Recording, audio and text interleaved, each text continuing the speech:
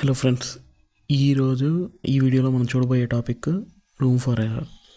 అంటే ఒక ఎర్రర్ జరిగితే దానికి మనం కొంచెం స్పేస్, గైడెన్స్ ఇవ్వడం. సో దీనికి ఒక ఇంట్రెస్టింగ్ క్యాప్షన్ చెప్పాడు. The most important part of the plan is to plan for your plan, not going according to the plan. ఇది ఒక క్లీషేలా ఉంది కదా. సో బేసిక్గా దీని మీనింగ్ ఏంటంటే, మనం ఏదన్నా పని చేసేదానికి ఒక ప్లాన్ వేస్తున్నాం అంటే అందులో మోస్ట్ ఇంపార్టెంట్ పార్ట్ ఏమి ఉండాలంటే, మన ప్లాన్ కనుక ప్లాన్ ప్రకారం మనం అనుకున్న దాని ప్రకారం వెళ్ళకుండా ఉంటే అప్పుడు ఏం చేయాలనేది కూడా మనం ఆల్రెడీ ప్రిపేర్డ్గా ప్లాన్ చేసి పెట్టాలి. సో అది అనే కేస్ అనేది చాలా ఇంపార్టెంట్. సో దీనికి జస్ట్ ఒక సింపుల్ ఎగ్జాంపుల్ మనం తీసుకుంటే కార్ డ్రైవింగ్ ఎగ్జాంపుల్ తీసుకుంటాం అన్నమాట. బేసిక్గా మనం ఏంటంటే కార్ డ్రైవ్ చేసేటప్పుడు మార్జిన్ ఆఫ్ సేఫ్టీ పెట్టుకొని తోలుతూ ఉంటాం, డ్రైవ్ చేస్తూ ఉంటాం. మార్జిన్ ఆఫ్ సేఫ్టీ అంటే ఏంటంటే చుట్టుపక్కల వెహికల్స్కి కొంచెం డిస్టెన్స్లో చేస్తూ ఉంటాం, సేమ్ లేన్ రూల్స్ అవి ఫాలో అవుతూ ఉంటాం అన్నమాట. డైరెక్ట్గా ఎడ్జ్లో నుంచి తీసుకెళ్ళాం. బైక్లో అయితే మనం కొన్నిసార్లు ఎడ్జ్లో తీసుకెళ్తాం, కొన్నిసార్లు తీసుకెళ్ళాం, కానీ దానివల్ల కూడా మనకి ఎక్కువ యాక్సిడెంట్స్ అవుతూ ఉంటాయి. సో మీరు గమనించినట్టయితే ఎవరైతే స్టేబుల్గా రైడ్ చేస్తూ ఉంటారో, ఎక్కువ మార్జిన్ ఆఫ్ సేఫ్టీ పెట్టుకొని ఉంటారో, they are very less likely to get hit by other vehicle. అంటే వేరే వెహికల్తో హిట్ కావడం కానీ అది జరగదు. ఎందుకంటే వాళ్ళు చాలా గ్యాప్ ఇచ్చి మెయింటైన్ చేస్తున్నారు, లేకపోతే కంట్రోల్ స్పీడ్లో వెళ్తూ ఉంటారు. అంటే 80 to 90 వెళ్తారు. 100, 120 వెళ్ళగలిగిన సిచ్యువేషన్ ఉన్నా కానీ 80 to 90 వెళ్తూ ఉంటారు. 120 వెళ్తే కొన్ని మినిట్స్ కలిసి రావచ్చు, కానీ ఏదైనా అన్ఫోర్సీన్ వచ్చింది, సడన్గా ఎవరైనా రాంగ్ రూట్లో వచ్చారు, మీ తప్పు లేకపోయినప్పుడు అది కంట్రోల్ చేయడం అనేది అవుద్ది. సో లైఫ్లో ఎలా జరిగిద్దో మనీతో కూడా అలాగే జరిగిద్ది. అండ్ మనకి బెంజమిన్ గ్రహం తెలుసు కదా. బెంజమిన్ గ్రహం అనే అతను వారన్ బఫెట్ వాళ్ళ టీచరు, వాళ్ళ గురువు. ఆయన మంచి బుక్స్ కూడా రాశారు. ఆయన రాసిన బుక్స్లో ఆయన మెన్షన్ చేసే చాప్టర్ కూడా ఉంది, మార్జిన్ ఆఫ్ సేఫ్టీ అని చెప్పేసి. ఎంత మార్జిన్ ఆఫ్ సేఫ్టీ పెట్టుకుంటూ ఉంటారు, మనం అనుకోకుండా జరిగినట్టుంటే ఆ సేఫ్టీ ప్రికాషన్ ఏం పెట్టుకుంటున్నారు అనేది పెడతామట. ఈ ఎందుకు మనం ఇలా చేయాల్సి వస్తుంది, దీనివల్ల మనకి ఏంటి అడ్వాంటేజ్ అంటే ఫోర్కాస్టింగ్. బేసిక్గా ఏంటంటే ఫ్యూచర్ని ఎవరు ప్రిడిక్ట్ చేయలేదు ప్రిసైజ్గా. ఓకే, అది అసలు పాసిబిలిటీ అనేదే కాదనమాట. సో మనం గనక కరెక్ట్గా ఈ రూమ్ ఫర్ ఎర్రర్ పెట్టుకుంటే మనకేం వస్తుంది, సేఫ్గా మనం నావిగేట్ చేయొచ్చు. దేని నుంచి అన్సర్టనిటీస్, ఆర్ట్స్, అసలు అనుకోని విషయాలు వస్తాయి. లైఫ్ అంటే అంతే కదా, సడన్గా కొన్ని ఖర్చులు వచ్చి పడిపోతూ ఉంటాయన్నమాట. అంటే నాకు కూడా కొన్నిసార్లు ఇన్సిడెంట్ వచ్చింది. మనకి ఈ నెలకి ఇంత ఖర్చులు సరిపోతాయని కొన్ని అనుకుంటూ ఉంటాం, స్టేబుల్గా పెట్టుకుంటాం, మిగిలినటువంటి ఇన్వెస్ట్ చేసి పెట్టేసుకుంటాం. అసలు బఫర్ ఏం పెట్టుకోకుండా ఉంటే ఖచ్చితంగా ఏదైనా ఫ్యామిలీలో ఎవరికైనా హెల్త్ ఇష్యూస్ వస్తే కొంచెం మనీ స్పెండ్ అవ్వచ్చు, లేదా ఒక మేజర్ డివైజెస్, యూటెన్సిల్, గ్యాడ్జెట్స్ లేకపోతే థింగ్స్ అనేవి రిపేర్ వచ్చాయి అంటే, for example me AC repair వచ్చిన సమ్మర్లో ఖచ్చితంగా చేయాల్సి, లేకపోతే మీ బైక్ రిపేర్ వచ్చేసింది ఖచ్చితంగా చేయాల్సి వస్తుంది, లేదా మీ వాషింగ్ మెషిన్ చెడిపోయింది, అలాగా ఏదైనా ఉండేది. సో అది అన్నోన్, అన్ఫోర్సీన్ ఎక్స్పెన్సెస్ వస్తే దాన్ని కూడా మనం నావిగేట్ చేసే క్యాపబిలిటీ అనేది ఖచ్చితంగా పెట్టుకునే దానికి రూమ్ ఫర్ ఎర్రర్ అనేది చాలా హెల్ప్ చేస్తుంది. మనం వైప్ అవుట్ కాకుండా, అసలు ఏం చేయలేని ప్యానిక్ సిచ్యువేషన్ కాకుండా దానికి మనం ప్లాన్ చేసి పెట్టుకొని ఉంటే ఎప్పుడైనా మంచిది. ఈ రూమ్ ఫర్ థింగ్ అనేది అంత అప్రిషియేటెడ్ థింగ్ కాదు. ఇంకోటి చాలా మిస్అండర్స్టాండ్. అంటే తానే కన్జర్వేటివ్, అరే ఇతను రిస్క్ తీసుకోకుండా పెరిగిగా ఉండేదానికి భయపడుతున్నాడు, పెరుగుంది అని చెప్పేసి అనుకుంటూ ఉంటారు. కానీ దీనివల్ల చాలా ఉండేది. ఇది మీకు బేసిక్గా ఏంటంటే మొత్తానికి పోకుండా చాలా బిగ్ గెయిన్కి అక్కరవడానికి చాలా లో పాసిబిలిటీ ఉంటుంది. కానీ ఆ టైం దాకా మీకు వెయిట్ చేసే బఫర్ మీకు ఈ రూమ్ ఫర్ ఎర్రర్ అనేది ఇస్తుంది. అంటే ఇప్పుడు ఫర్ ఎగ్జాంపుల్ మార్కెట్ అంతా క్రాష్ అయిపోతూ ఉంది, మీరు మొత్తానికి అప్పులు పాలే ఆ మార్కెట్ నుంచి బయటకు వచ్చి ఇంకెప్పుడు మార్కెట్ చేయలేకుండా ఉంటే మీకు ఆ గెయిన్ అనేది ఎప్పటికీ లేకుండా పోతుంది. అలాగే మీరు ఒక బిజినెస్ చేశారు, మొత్తం తీసుకెళ్ళి, అంటే మామూలుగా అంటారు తల తాకట్టు పెట్టి అనేది, తల తాకట్టు పెట్టి మీరు ఏదైనా పని చేస్తే ఇంకోసారి ఆ పని చేసే దానికి జీవితకాలంలో ఎప్పుడు చేయలేకుండా దానికి మీరే సంతకం పెట్టేస్తున్నారని. సో ఎప్పుడు అలా చేయకూడదు. ఎలాంటి డెసిషన్ అయినా కానీ మొత్తం పోగొట్టుకునేంత ఉండదు. ఖచ్చితంగా మినిమం మనకు కావాల్సినంత ఉంచుకోవాలి, ఎంతో కొంత బఫర్ థింగ్ అనేది పెట్టుకోవాలి. దానివల్ల మీకు ఏమవుతుందంటే ఎక్కువ టైం సర్వైవ్ అవ్వడానికి మీకు ఎండ్యూరెన్స్ వస్తుంది. ఎక్కువ టైం సర్వైవ్ అయితే ఏమవుతుంది, మనం ఇంతకుముందు చూసాం, ఆ కాంపౌండింగ్ ఎఫెక్ట్ టేక్ ప్లేస్ చేయొచ్చు, లేదా మీరు అనుకున్న ఎడ్జ్, ఆ లో ప్రాబిలిటీ థింగ్ అనేది ప్రాబుల్ అయ్యే ఛాన్స్ని మీరు చేంత టైము మీరు ఇస్తూ ఉంటారు. సో ఈ లాంగ్ రేంజ్ ఆఫ్ పొటెన్షియల్ అవుట్కమ్ని ప్రిడిక్ట్ చేయడానికి, హ్యాండిల్ చేయడానికి మీ మీకు ఈ రూమ్ ఫర్ మార్జిన్ అనేది బాగా హెల్ప్ చేస్తుంది. స్టాక్లో ఉన్న ఎగ్జిక్యూటివ్స్ లేకపోతే మంచిగా చెప్పేవాళ్ళు మీకు ఒక ప్రైస్ నెంబర్ ఇస్తారు, కానీ ఒక రేంజ్ ఆఫ్ ప్రైసెస్ ఎప్పుడు ఇవ్వరు. లేదా ఇంతలో నుంచి ఇంతలో చూడండి, ఇంత నుంచి ఇంత రావచ్చు అని చెప్పరు. ఈ నెంబర్ ఇస్తారు, ఈ నెంబర్ ఇస్తే మీరు టార్గెట్ పెట్టుకోండి, ప్రైస్ అప్పుడు వస్తే అమ్మండి అంటారు. ఆ రేంజ్ ఇవ్వరు. కానీ మోస్ట్ ఆఫ్ ద థింగ్స్ ఏంటంటే ఆ రేంజ్లో జరుగుతూ ఉంటాయి. మీ సేఫ్టీ బట్టి చూసుకోవచ్చు ఆడ. దీంట్లో మెయిన్ పాయింట్ ఏంటంటే మీరు అసలు ఉన్న ఫీల్డ్లో నుంచి వైప్ అవుట్ కాకుండా మిమ్మల్ని హెల్ప్ చేస్తుంది.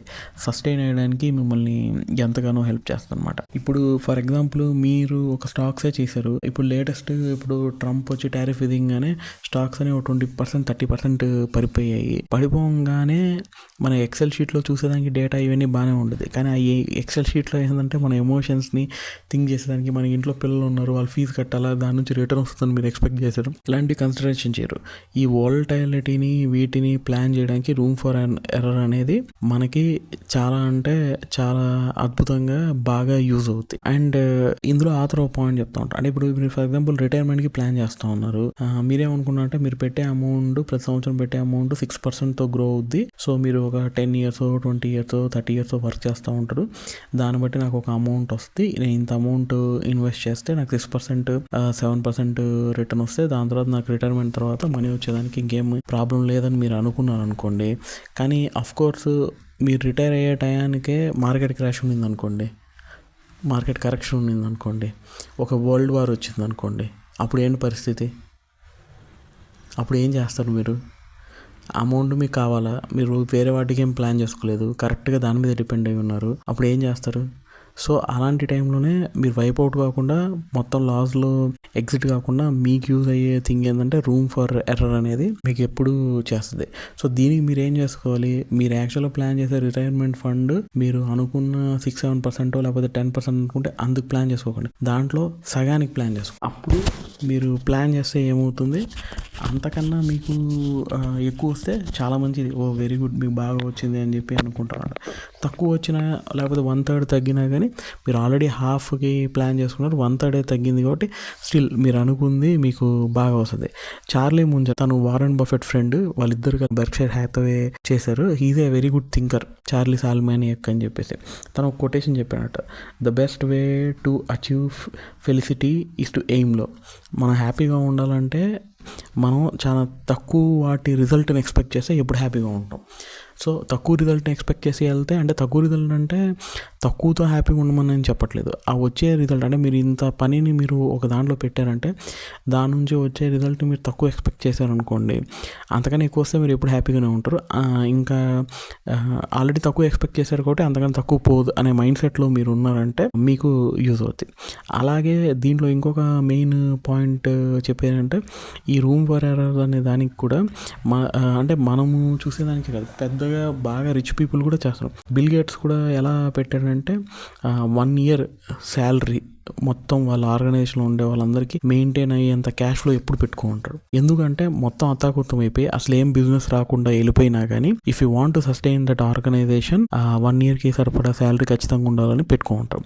అంటే అది యూజ్ చేస్తాను కాదు, కానీ నిజంగా అవసరం వచ్చినప్పుడు అది యూజ్ అవుద్ది. ఆ 1 year టైంలో మార్కెట్ మళ్ళీ రావచ్చు, మళ్ళీ ఇతనికి కావాల్సిన రావచ్చు, ఒక కొత్త టెక్నాలజీని వర్క్ చేసేది క్లిక్ అవ్వచ్చు. ఆ ఛాన్సెస్ అన్నిటినీ మనం పాజిబుల్గా పోగొట్టే లేకుండా ఎప్పుడు ఈ రూమ్ ఫర్ ఎర్రర్ అనేది మనం ఖచ్చితంగా ఇప్పుడు మనకి ఏంటంటే ఆ సేఫ్టీ నెట్లో ఉంటాం. ఇంకొక ఇంపార్టెంట్ విషయం వారెన్ బఫెట్ కూడా చెప్పాడంటే, తను బెర్క్షైర్ హ్యాథవే రన్ చేసేప్పుడు ఒకటే చెప్పాడంట, నేను ఎప్పుడు కూడా ఇలాంటి ట్రేడ్స్ చేయను, అంటే నాకు ఈ ట్రేడ్ మీరు ఎగ్జిక్యూట్ చేస్తే చాలా హై ప్రాఫిట్స్ వస్తాయి, కానీ మీరు ఇవాళ రాత్రి నిద్రపోలేరు అనే పాయింట్ ఉన్న ట్రేడ్ని నేను ఎప్పుడు తీసుకోను. అంటే తను ఒక నిద్ర లేని రాత్రిని కూడా కాంప్రమైజ్ అయ్యే రిస్కీ డెసిషన్ అనేది తీసుకోవట్లేదు. స్టిల్ మన రిస్క్ గురించి రివార్డ్ గురించి మాట్లాడతాం, అంటే రిస్క్ చేస్తున్నాడు కానీ రిస్క్ చేసిన అమౌంట్ వల్ల తనకి నిద్ర పట్టకుండా ఉండేలాగా ఉండొచ్చు. అంటే మేబీ అతను ఆల్రెడీ బిలియనీర్ ఉన్నాడు, ఒక 10 million పెడితే 50 million అయిపోద్ది అనుకో, 10 million పెట్టడం అతనికి ఏం పెద్ద లెక్క కాదు అని తన మైండ్ లో ఆల్రెడీ ఉందనుకో, అతను పెట్టేసేసి వచ్చి పడుకుంటాడు అంట. అదే కనుక 1 billion ఒక $500 million పెడదాం, దానికి మనం అంతకంతటా ట్రేడ్ చేస్తాం అనే థింగ్ ని అతను చేయలేడు. చేయలేడు. సో అలా ఆపరేట్ చేయడం వల్ల ఏంటంటే మన మెంటల్ పీస్ ఎప్పుడు మన దగ్గరే ఉంటుంది and we will be doing far better and surviving far longer and in a long run things work out and whatever things of the lower probability also turn out in our favour. So ఈ uncertainty things కి ఎప్పుడు room for freedom అని పెట్టుకోవాలి. So దీంతో పాటు ఈ room for freedom కి ఇంకొక కజిన్ కూడా ఉంది, అదే ఏంటంటే risk taking. So risk taking కూడా ఉండొచ్చు, కానీ మెయిన్ పాయింట్ ఏంటంటే you have to survive to succeed. మనం ఎంత కాలం సర్వైవ్ అవ్వగలుగుతాం, దాన్ని సక్సీడ్ అయ్యేదానికి అంత పాసిబిలిటీని మనం పెంచుతూ ఉంటాం అన్నమాట, ఆ ప్రాబిలిటీ రావడానికి. ఇప్పుడు సేమ్ థింగ్ ఇప్పుడు మనం కెసిన్లో వెళ్ళినప్పుడు మీరు చూసుకోండి, సే ఫర్ ఎగ్జాంపుల్ 51% మీరు కెసిన్లోకి వెళ్ళినప్పుడు విన్ అవ్వడానికి ఛాన్స్ ఉంది, 49% ఆ షాప్ వాళ్ళు ఆ కెసినో మెయింటైన్ చేసే వాళ్ళకి వెళ్ళడానికి ఛాన్స్ ఉంది. మీరు ఎంతసేపు గేమ్ లో సస్టైన్ అవ్వగలగాలంటే 100 టైమ్స్ ఆడితే మీరు ఆ 51% ఉన్న ప్రాబిలిటీని మీరు క్యాప్చర్ చేయగలుగుతారు.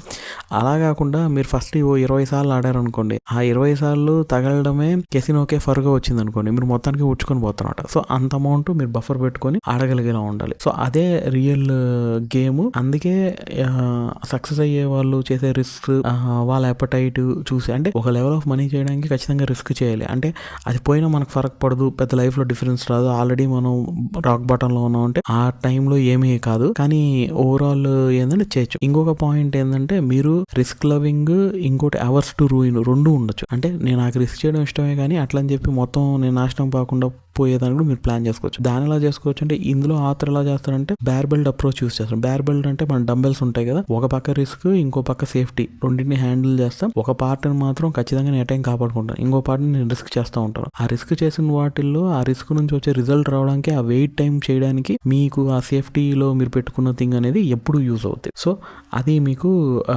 బాగా హెల్ప్ చేస్తుంది. ఇందులో జస్ట్ ఒక మంచి ఎగ్జాంపుల్ ఉంది. World War II అప్పుడు ఈ హిట్లర్, జర్మనీ అనే వాళ్ళు రష్యా మీద, యూరోప్ మీద, హోల్ మొత్తం ప్రపంచాన్ని ఆక్రమించాలి, దండెట్టాలని చెప్పేసి ఒక మిషన్ తో బయలుదేరారట.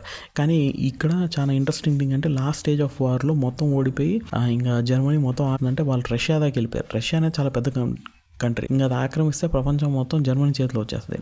కానీ అక్కడ లెనిన్గ్రాడ్, స్టాలిన్గ్రాడ్ ఉన్నాయి. స్టాలిన్గ్రాడ్కి వెళ్ళినప్పుడు ఏమైపోయిందంటే, కొద్ది రోజులు వార్ యాక్టివిటీ లేదు, అక్కడ చాలా ఇష్యూస్ జరుగుతూ ఉన్నాయి. సో వాళ్ళంతా ట్యాంకర్లు, జర్మన్ ట్యాంకర్స్ తీసుకెళ్లారు. మనకు తెలుసు జర్మన్ వాళ్ళది ఎంత ప్రిసైజ్ ఇంజనీరింగ్, వాళ్ళు ఎన్ని థింగ్స్ని అకౌంట్ తీసుకొని వెళ్తారు, అవన్నీ చేస్తారని.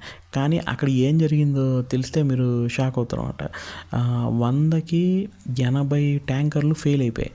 ఏమైపోయాయి అంటే, అక్కడ మూవ్ కాకుండా ట్యాంకర్లు ఉండడం వల్ల ఎలకలు వచ్చేసి ఆ ఎలక్ట్రికల్ వైరింగ్ని మొత్తం కొరికేస్తాయి. సో దానివల్ల ఒక 100లో 80 ట్యాంకర్స్ అసలు పని చేయకుండా అయిపోయి, అంత హై టెక్నాలజీ ఉన్నా వాళ్ళు ఈ ఎలకలకి ప్రొటెక్షన్ పెట్టాలనేది ప్రిడిక్ట్ చేయలేకపోయారు. ఆ డిజైన్ చేసేప్పుడు ఎవరు అనుకోనుండరు, మన స్టాలిన్గ్రాడ్కి వెళ్తే, ఇక్కడ యుద్ధంలో వెళ్తే ఎలకలు వచ్చి తినేసి మనం యుద్ధం ఓడిపోతాం. అక్కడ అవతల టీంతో ఓడిపోవడం కన్నా రష్యాలో ఉన్న ఎలకలు వచ్చేసేసి వాటిని ఓడిచ్చేసాయి అనమాట. సో ఇది చాలా ఇంపార్టెంట్. అదే కనుక వాళ్ళు దాన్ని కూడా అకౌంట్లోకి తీసుకున్నా, లేదా ఏదైనా అన్ప్రెడిక్టబుల్ థింగ్ అవ్వచ్చు, ఏదన్నా ఉండొచ్చు అనే దానికి వాళ్ళ అకౌంట్లోకి తీసుకొని చేసి ఉంటే మేబీ ఇప్పుడు అంతా ప్రపంచం మొత్తం జర్మన్ చేతిలో ఉంటుంది. బట్ థ్యాంక్ గాడ్ అది జరగలేదు. So we are all happy that way. So అలాగే ఇంకొక కేసులో వారెన్ బఫెట్ కూడా చూస్తూ ఉంటాం. తను ఒక వారసుడు కావాలి, అతను అసలు ఎవరు ప్రిడిక్ట్ చేయలేని రిస్క్ ప్రిడిక్ట్ చేయొచ్చు, కంపెనీలో ఏమవచ్చు, ఎలాంటివి అంటే ఒక అతన్ని సెలెక్ట్ చేద్దాం అనుకొని చూస్తే, మామూలుగా మనం ఎలాంటి ప్రిడిక్ట్ చేస్తాం, మార్కెట్ క్రాష్ అవ్వచ్చు, లేకపోతే కొంచెం ఇన్ఫ్లేషన్ అవ్వచ్చు, మార్కెట్ కరెక్షన్ అవ్వచ్చు, కన్స్యూమరిజం తగ్గిపోవచ్చు. అది ఎలాంటివి ప్రిడిక్ట్ చేశాడంటే, ఆ కంపెనీ ఒక సీఈఓకి మైండ్ పోతే, లేదా ఆ కంపెనీలో ఉన్న వాటర్ పైప్స్ అన్ని లీక్ అయిపోయేసేసి కంపెనీ ఆగిపోతే, అసలు పవర్ సప్లై కట్ ఆఫ్ అయిపోతే, అలాంటి మొత్తం అన్ఫోర్సిన్ సిచ్యువేషన్స్ కూడా జరుగుతాయి. నిజంగా జరగవని కాదు, కానీ జరిగేదని చాలా రేర్ పాసిబిలిటీ ఉంది. అలాంటి కేసులు కూడా జరిగితే మీరు సర్వైవ్ అవ్వడానికి, ఇది జరగదులే అని మీరు ఎప్పుడైతే అనుకుంటారో, అది జరిగేదానికి అంతే ప్రాబిలిటీ కూడా ఉంటుంది. కానీ దానికి మీరు ఆ వర్స్ట్కి ఎంతో కొంత మార్జిన్ ఆఫ్ సేఫ్టీ పెట్టుకొని ప్రిపేర్ అయ్యి ఉంటే దగ్గర మీకు కోలుకునేదానికి అవకాశం ఉంటుంది. సేమ్ ఇన్ ఏ రోడ్డు కూడా అంతే, మొత్తం రిస్క్ చేసి, అంటే మనం మొత్తం ప్రాణం వచ్చేంత స్పీడ్గా ఇప్పుడు తోలకూడదు. ఫాస్ట్గా ఇంటికి చేరుకునే దానికి అంత చేయొచ్చు, కానీ ఒక రొంత స్లోగా వెళ్ళా ఇంటికి అయితే వెళ్ళాలి. ఇంటికి వెళ్ళకుండా మనము లేదు మనం స్పీడ్గా తోలేస్తాం, వెళ్తే ఇంటికి వెళ్తాం, లేకపోతే కైలాసానికి వెళ్తాం అన్నట్టు కాకుండా జాగ్రత్త ప్లాన్ చేసుకోవాలి. సో మనీ విషయంలో కూడా అలా ఉంటే